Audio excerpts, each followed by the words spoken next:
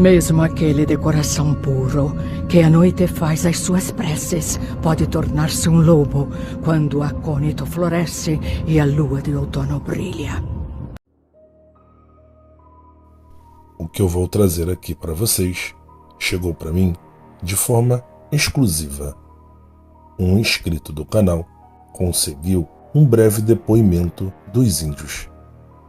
Os índios não permitiu que ele gravasse o depoimento, mas ele me diz que não mudou absolutamente nada de cada palavra dita pelos índios. Como todo mundo sabe, no mês de fevereiro ocorreu um ataque lá em São João do Ivaí. A tribo que sofreu o ataque foi a tribo Caiganga, que fica situada em um território indígena em São João do Ivaí. Bom, assim ele me relatou que foi relatado a ele pelos índios. Os índios contaram a ele que foi uma rotina comum durante todo o dia.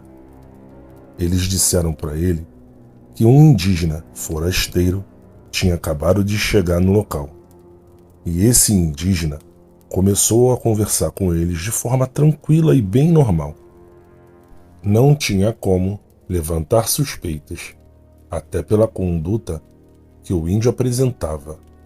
Todos ali até gostaram do rapaz, que foi até de forma prestativa. Eles afirmam que não era um rapaz mais velho, era um rapaz novo, por volta dos seus 25 anos. Eles perguntaram também de onde esse índio tinha vindo. E a resposta que os índios obtiveram foi simples. Ele respondeu que era um índio andarilho e vagava de aldeia em aldeia. Aquele dia transcorreu de forma comum e bem normal. Uma das índias que estava no local e também sofreu graves ferimentos devido ao ataque, relata que o homem demonstrou interesse nela. Porém, a índia o rejeitou. Mesmo ele sendo de boa aparência dentro dos padrões da tribo, ela não quis seguir, até pelo fato dele ser um andarilho e ela não saber nada sobre ele. O dia foi passando de forma muito calma e tranquila. Nada fora do comum estava acontecendo.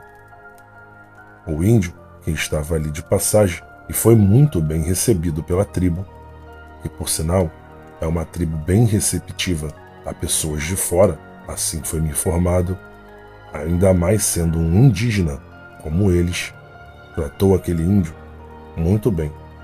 Um dos rapazes que foi atacado deu até abrigo ao índio durante aquele dia. Eles bebiam e conversavam muito. No final da tarde, resolveram fazer uma fogueira para beber e prosear um pouco sobre a vida.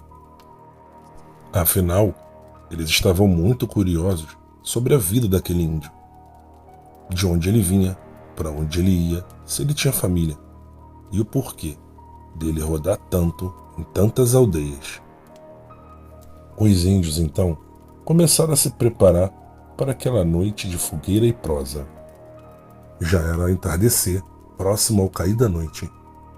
Os índios bebiam bastante, até que um senhor bem mais velho se aproxima e se junta aos outros 5 integrantes. E eles começaram a fazer pergunta para o índio. Os índios relataram que, de uma forma bem estranha, todos os outros índios começaram a sofrer um pouco com aquela bebida. Mas estranhamente, de uma forma bem intrigante, aquele índio forasteiro parecia não sentir nem um pouco a questão do álcool. Um dos índios até refez a pergunta sobre de qual tribo aquele índio era. Porém, dessa vez ele respondeu.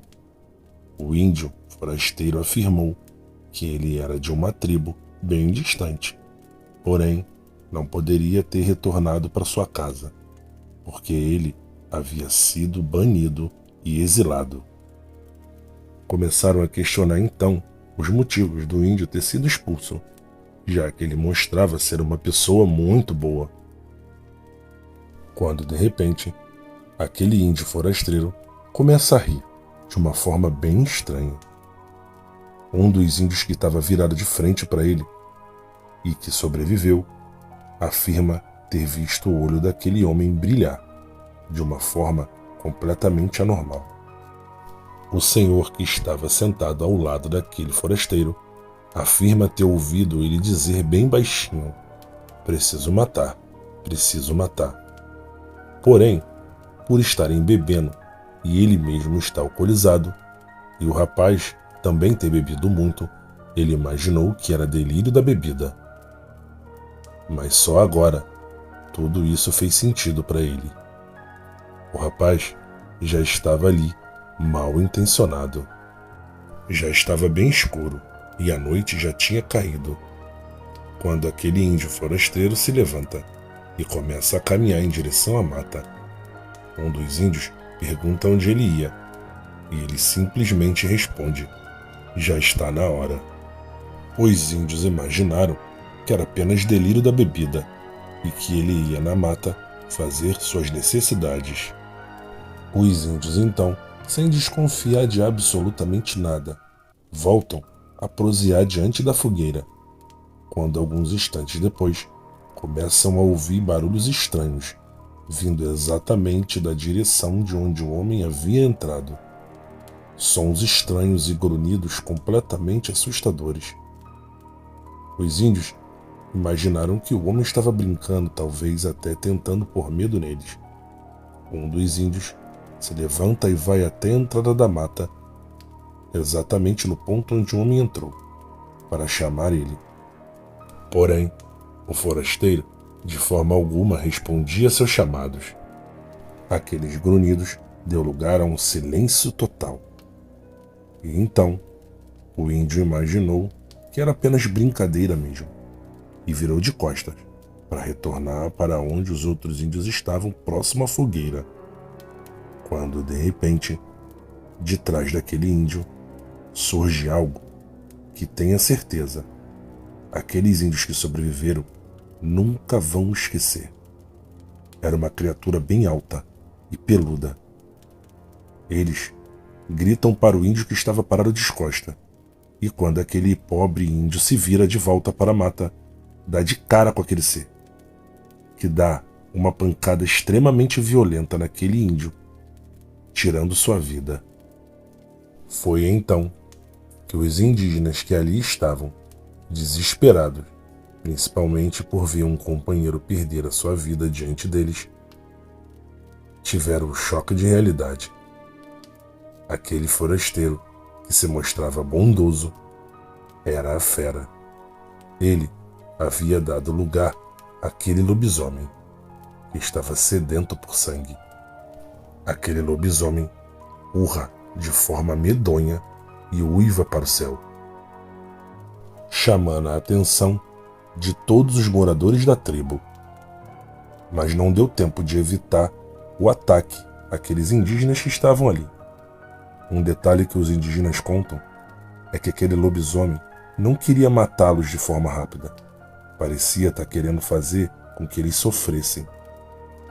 Infelizmente, o senhorzinho acabou levando a pior, pois o lobisomem o atacou de forma mais brutal.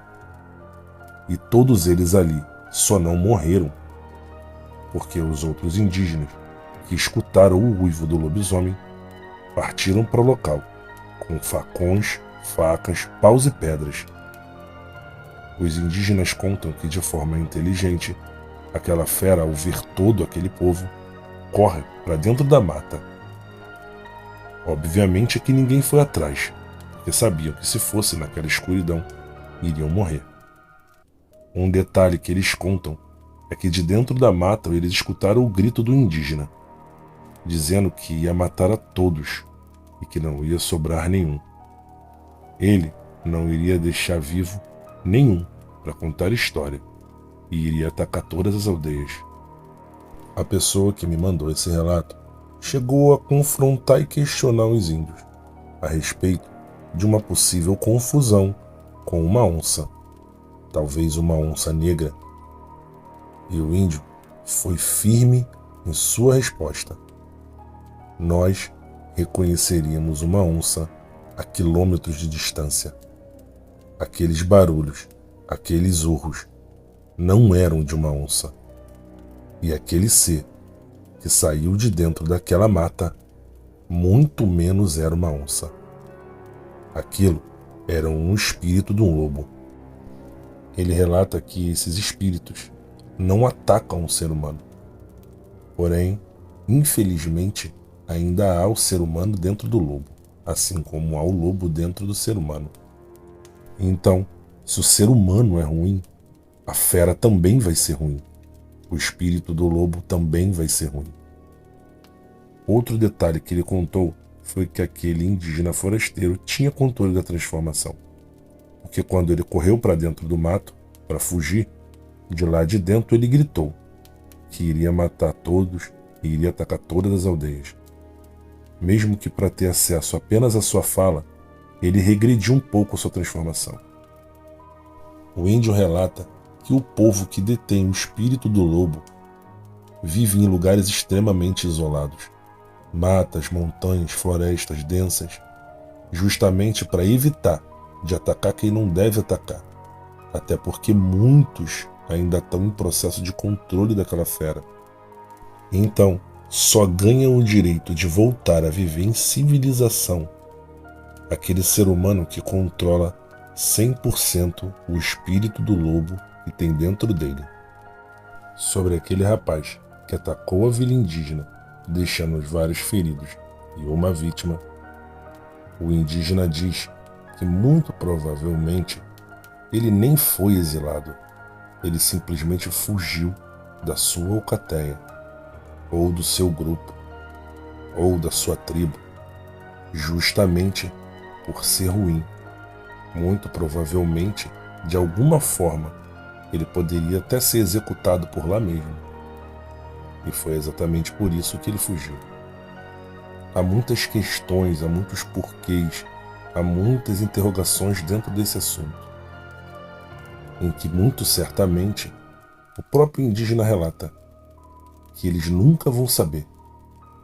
Mas uma coisa é certa, eles estão esperando aquele índio voltar. E quando ele voltar, se ele voltar, eles vão matá-lo. Se outros lobos não o fizer, assim que o verem, eles vão matá-lo.